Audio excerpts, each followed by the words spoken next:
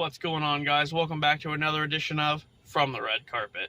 On today's episode, we have a lot of Marvel news for you, some DC stuff, and even Scream 7 news. So stick around, and we'll dive right in.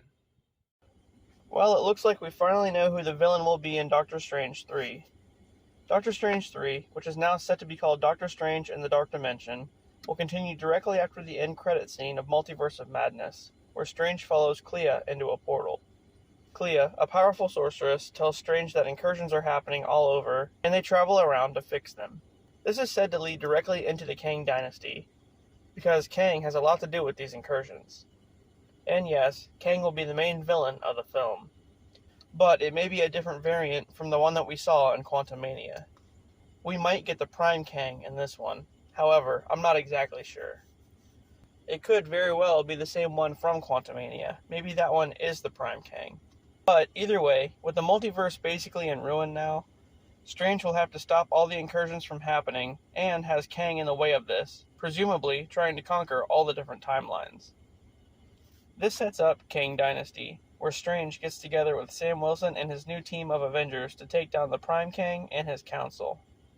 And to be honest, they'll probably lose. From what I've heard, it'll be a lot like how Infinity War was. The Avengers will lose to Kang, and then defeat him finally in Secret Wars. So that's the news on that for now. Another film that will tie into Kang Dynasty is Deadpool 3. We learned recently that Emma Corrin has joined the cast to play one of the film's villains.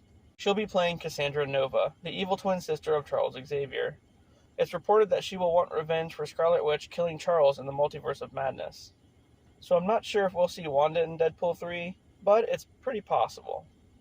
In the comics, Cassandra Nova actually wanted revenge against Charles, rather than wanting to avenge him. While in the womb, Charles accidentally killed her with his psychic abilities. However, she ultimately survived and dedicated her life to seeking revenge. Throughout the comics, she killed over 16 million mutants and even possessed Charles' body at one point. Going back to Doctor Strange 3 just for a minute, it's also been said that Strange will revisit the 838 universe at some point. This is the one that had the Illuminati in it. Cassandra Nova is more than likely from this universe. And not only that, but it's also been reported that an incursion will happen between the 838 universe and our main MCU one, which is the 616, causing them to merge into one universe. While we're on the subject of Kang, let's talk about the most recent Jonathan Majors update. Majors was due to stand trial for the alleged assault charges against him on August 3rd, but then the trial was pushed back to September.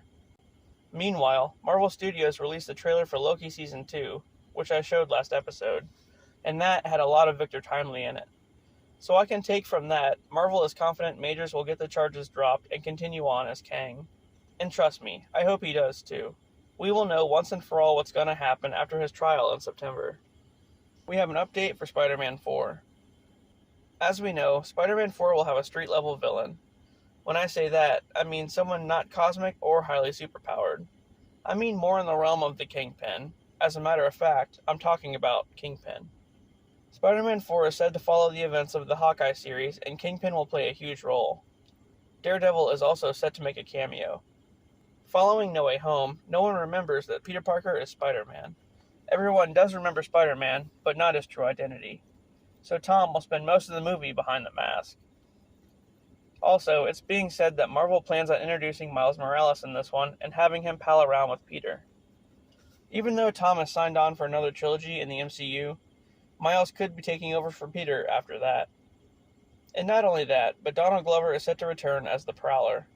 In Homecoming, we only got to see him as Miles' Uncle Aaron, real briefly. But then, in Across the Spider-Verse, we saw him in the full Prowler outfit. And this is the same Aaron from the MCU. So, there's already two villains, Kingpin and the Prowler. Well, what's one more? As previously mentioned, Scorpion will appear in the film as well. And that one is long overdue. Spider-Man 4 is set to release August 28th, 2025. The Fantastic Four has more back and forth with the casting. So, don't even get me started on the casting for this one. It's been all over the place, from John Krasinski not returning, to Adam Driver and Margot Robbie backing out. It's been pretty wild to say the least. Well, a while back, I mentioned that Matt Smith was in the running for Reed Richards. It looks like as of now, he was officially offered the role. However, then the writer's strike happened, and the whole casting process was put on hold until further notice. That means we have no idea if he accepted the role or not. And as far as Sue Storm goes, Vanessa Kirby is still the top choice to play the Invisible Woman. And then we have Joseph Quinn as the top choice for Johnny Storm, aka the Human Torch.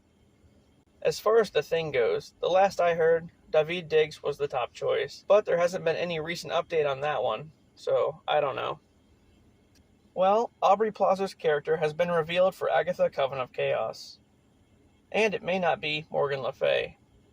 Originally, all signs pointed to Plaza playing Morgan Le Fay, a powerful witch who helps freeze Agatha from Westview. However, now, it's being reported that she may actually be playing Rio Vidal. Vidal is the first Green Witch and is Agatha's ex. Yes, in the MCU, Agatha had a girlfriend at some point. Anyway, I'm still willing to bet this is a misdirection. I'm pretty sure Aubrey Plaza will still be playing Morgan Le Fay, but I just wanted to put this out there, just in case, 'cause you never know. We have some news about Wonder Woman 3. So, after James Gunn took over the DCEU and rebranded it to be the DCU, any chance of Wonder Woman 3 with Gal Gadot was just thrown out. Patty Jenkins, the director of the first two movies, left the project right after her vision for the third one did not match James Gunn's new vision for the universe. With all that being said, it has just been reported that Gal Gadot will in fact return for Wonder Woman 3 in this new universe. A new film is in the works, however, it's not a part 3, it's a reboot, and should be playing a different version of the character.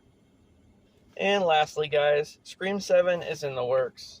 However, due to the writer's strike, the film has yet to land a writer for the script. Things were falling into place pretty quickly just as the strike happened, halting the entire process. What I do know is that Melissa Barrera and Jenna Ortega will return for the film. As far as the legacy characters go, I have no idea if Courtney Cox is returning, and I really doubt Neve Campbell will at all. I feel like Sydney's whole story arc in the franchise is just over with. I don't think they'll ever pay Neve Campbell the amount she wants to return. So with that in mind, we know that the two sisters are definitely coming back, and we can look forward to some more Scream 7 news as soon as the strike is over with. Well guys, that does it for this episode of From the Red Carpet.